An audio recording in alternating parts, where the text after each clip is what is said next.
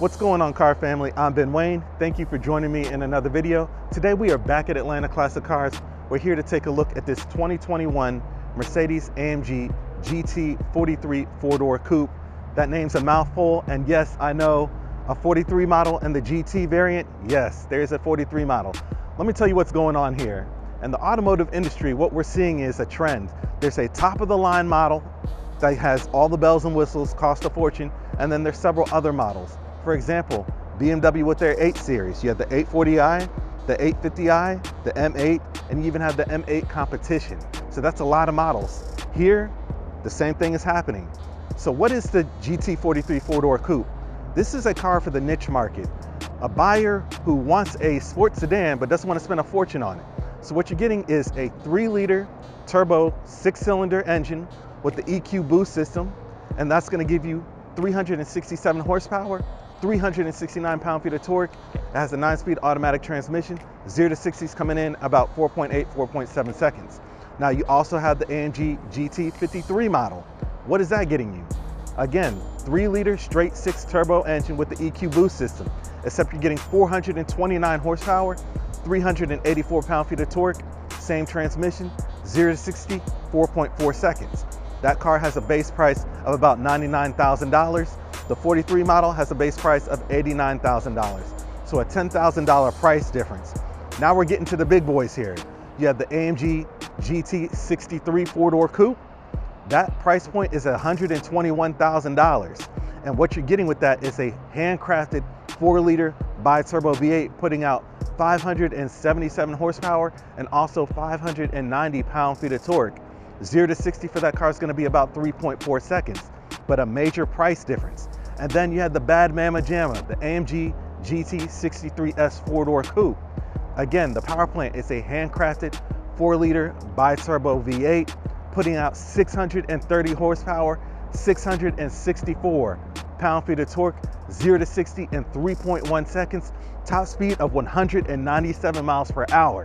Now, if you've been with this channel for a while, you'll remember we did a video on the Edition 1 variant of the 63S model, and the MSRP for that car was about $200,000 after all the options. Now, the base price is about $162,000. So we're going all the way from about $89,000 base price to $162,000 base price. That's quite a large window there. So depending on what a person is looking for, they might just want to get in on the 43 model and have a nice sports sedan with sport characteristics, and then spend the remaining money they have, or the $100,000 in savings, on, say, like an SLS AMG. Hypothetically speaking, that's what I would do. I would go for the family vehicle, cheapest variant, and then spend the rest of the money on myself and get my dream car. So it all really depends on what you want. Now, this particular GT43 has been finished in a metallic gray, looks great against the sunlight, features a gray and black Napa leather interior. So today, let's talk about the exterior details, take it on a test drive, and see how this ride has been engineered for excellence. Now, when it comes to the front of the 43 model, you're still getting those aggressive looks, but it's not as wide as, say, the 63S model. You still have the power bulges, you still have the Panamericana grille, and then you still have the air panel system below for airflow. Now, you also do have the multi-beam LED technology Mercedes-Benz has incorporated in their cars, but overall, this is a really aggressive and sharp looking car. And I'm sure a lot of people are gonna say, what's the difference between the GT four-door coupe and the CLS? Now, when you're looking online, they may look the same, but when you see these cars in person, the AMG GT four-door, any model, makes the CLS model look completely soft. This car is just way more aggressive. It has sharper lines and angles, making it look completely different when you're looking at it in the flesh. Now, when it comes to the side profile of this GT four-door coupe, you'll notice the rake-backed windshield, and then the roof line just tapers ever so slightly all the way to the rear of the vehicle. It's not rushed. All the lines truly flow really well with this vehicle. Now, this particular vehicle features the AMG twin 5-spoke wheels finished in a flat black with a silver outline going around. Now, personally, I would have went with a more aggressive wheel choice, but I'm sure somebody's gonna like this flat black finish. Behind the wheels, you're gonna get brake rotors that are internally ventilated, cross-drilled, and feature silver-painted AMG calipers. It really looks good. I love the way those calipers pop out behind those wheels. Now, you might have noticed when the sun hits this car, this paint looks absolutely stunning. When I got the spec sheet for this vehicle, I was like, oh gosh, another gray car. But now that I see the sun hit it, that metallic flake really just jumps out at you. Taking a look at the rear of the GT, again, I love how this roofline just comes down ever so slightly into the hatch. It's nice and clean. It's not too complicated, not too fussy with too many lines. And speaking of clean, you do have a spoiler that sits flush with the car's bodywork. Now at higher speeds, the spoiler can be raised to provide additional downforce and stability, especially on top of that rear axle. Now, since this is a car that's practical, it's supposed to be practical. Remember at the beginning of the video, we said this is a sports sedan. Regardless if they call it a coupe, this is a sports sedan that has 4 doors. So people are gonna want practicality. Simply put my foot underneath the hatch, and then the hatch will open up and you have plenty of storage to go in the vehicle. So this is a car that can be used to seat 4 people and take their luggage along. You can't do that in the 2-door models. Simply press this button, the hatch lowers and closes. Now coming lower, you do have the thin LED tail lamps, again adding to those coupe-like characteristics of the vehicle.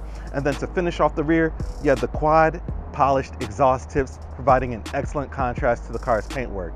Let's go ahead and have a listen to that, and then hop in the car, take it on the road, talk about the driving dynamics and interior characteristics of the AMG GT 43.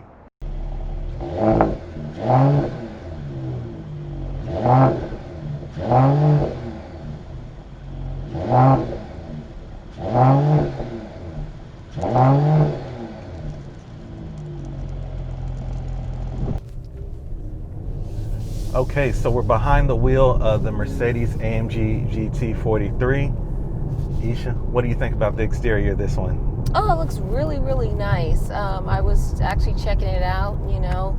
I like the aggressiveness of the front grille. It does look aggressive. Yeah. Of course, I love the shape of it. The lines look really great and appealing. To me, I feel like this meets the modern day classic person. It also appeals to both male and female. Yeah, so like you said, if you want a, I guess a luxury car with a whole bunch of modern tech and appeal, this is something to definitely consider. It does look sharp on the exterior, and the lines do flow really well with this car on the exterior. When we look at the interior, it's nice as well. I like the fit, form, and finish of the materials and execution of the design. I think everything looks nice and in place. What do you think about the finish? This is black leather. You have some gray leather, open pore ashwood trim here, and then the silver accents. I think it comes together well. Right. I think it's good. I think it gives it a nice contrast besides just a whole total black on black or something of that. I think it's nice. It is nice. Now, what about the seats? How do you feel about these? Are sport seats. They have aggressive bolstering.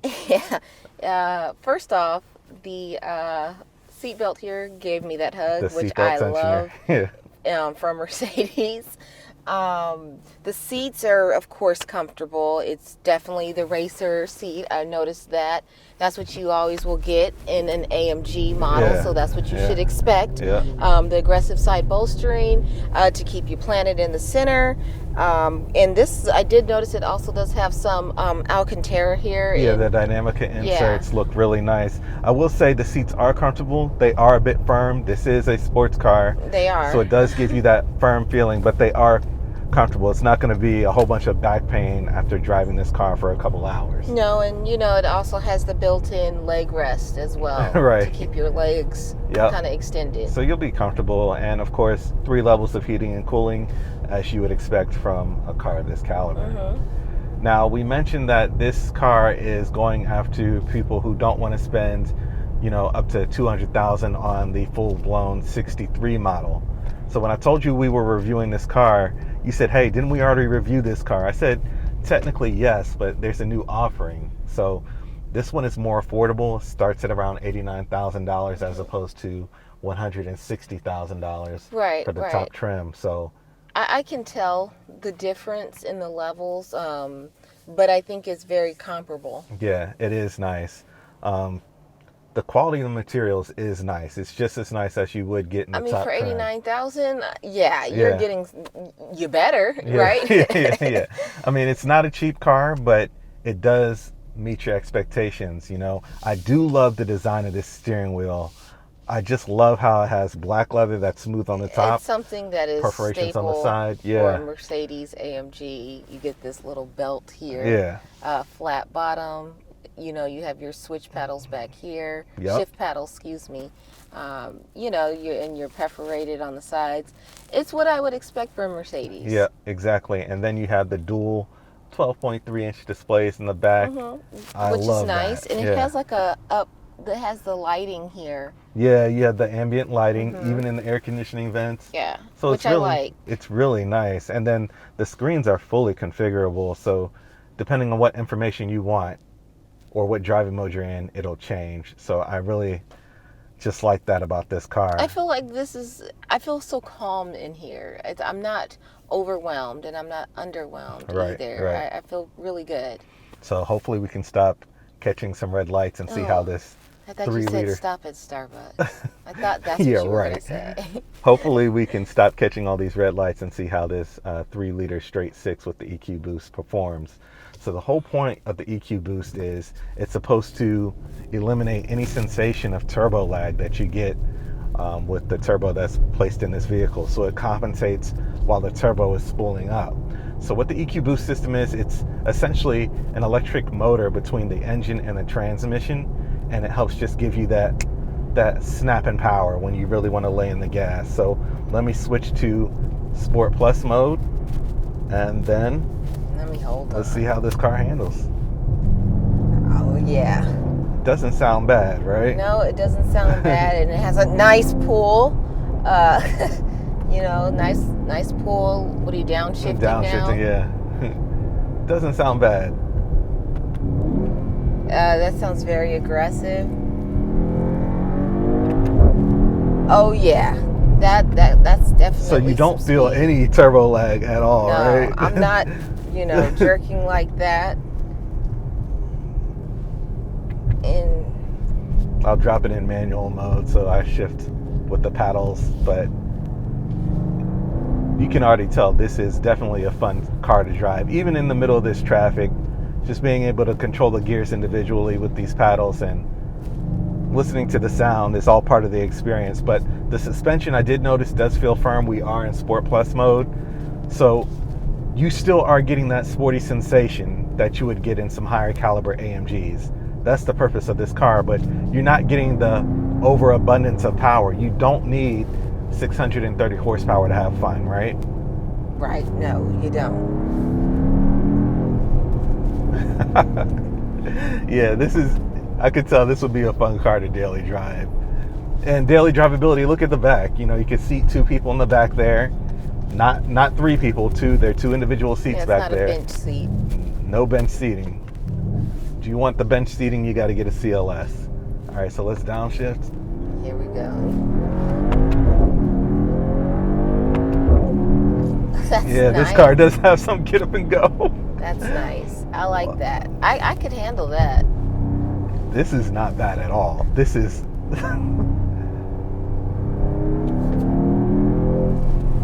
Ooh. Oh, it does feel planted on these curves here. Oh, yeah. Yeah. Oh, man. That took the curve very well. Brakes are fairly responsive. Oh. Okay, don't scare that car in front of us. Oh, this is a fun car to drive. Okay, so don't knock the 43 models. These are definitely fun cars to drive for sure.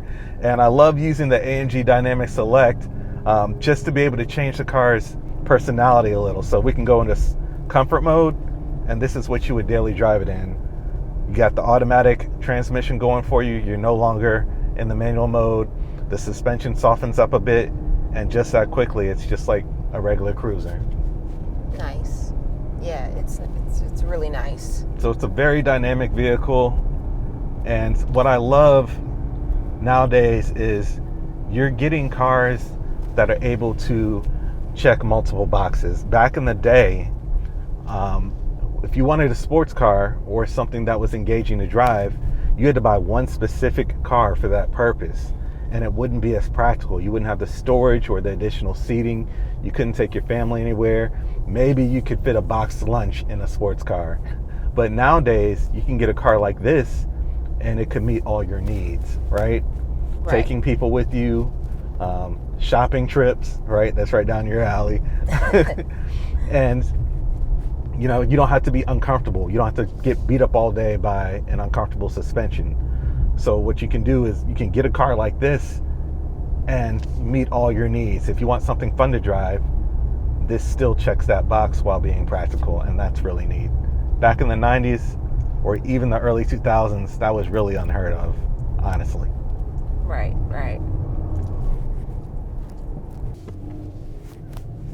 All right, so I'm gonna knock it back into Sport Plus mode. All right. And then I'm gonna go into manual mode. Oh gosh, you hear that crackle? That was nice. So I like how this center console has been organized here. Everything is intuitive. The buttons are just outlined right here, easy to reach, and it doesn't have a sharp learning curve. You do have a trackpad in the center here that helps you control your infotainment system. If you know Mercedes-Benz, then you know this outline, so it's not a steep learning curve to it at all. Now the door panels do come with that black leather. You have that open port Ashwood trim with the Burmester speaker system, the silver accents between the speakers, and then the seat controls really just pop out at you. Again, 3 levels of heating and cooling as well. You have an aluminum door handle and storage on the bottom of the doors as well. So again, you're getting all that practicality. Man, I just love the interiors of these GT models. With the NACA style in the center console and everything, it's also translates to the back, how they have, you know, this console here, console in the back, for your cup holders and, you know, for your passengers. Right. Very nice. Right. Very nice.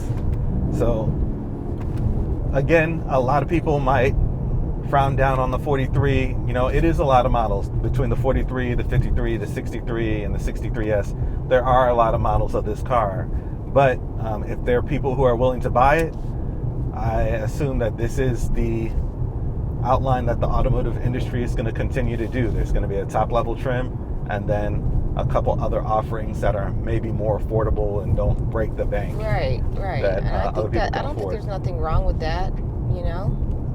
And I mean, $89,000 is still a lot. You're at 90 plus, you know, everything else that you're going to get. Whatever options, you're really talking $100,000 realistically. Yeah. And it's still easy to differentiate a 43 and 53 model from a 63. The 63 just looks way more aggressive with the body sculpting on the lower portions of the front and rear of the car, and it has a wider track, which is definitely noticeable. So that's just something to take into consideration.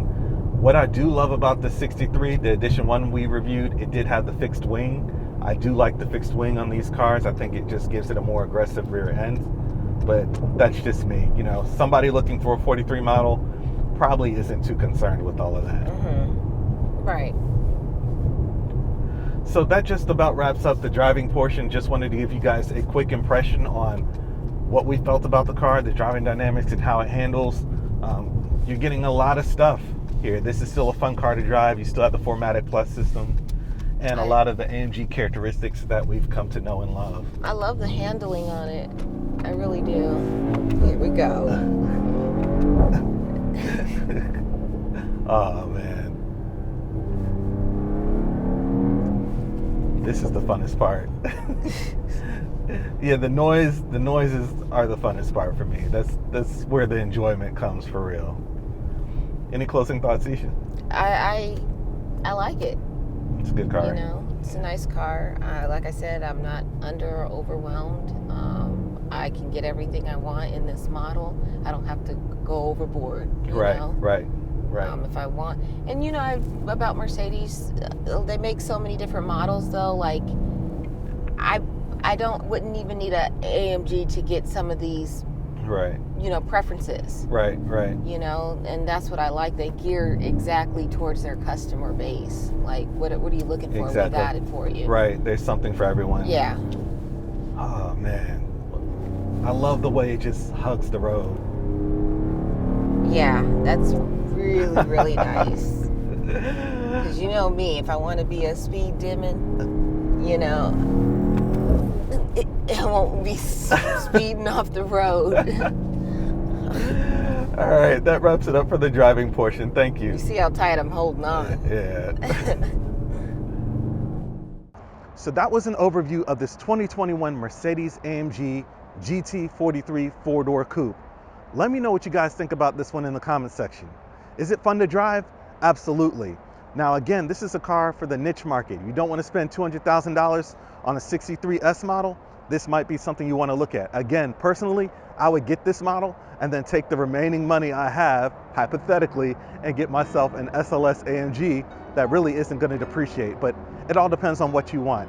It's a nice looking vehicle. I love the sweeping lines. Want to give you guys a special thanks for watching this video. If you're interested in this vehicle, please reach out to my friend Jesse Cannon-Wallace here at Atlanta Classic Cars. Until then, I'm Ben Wayne, the automotive reviewer that YouTube deserves.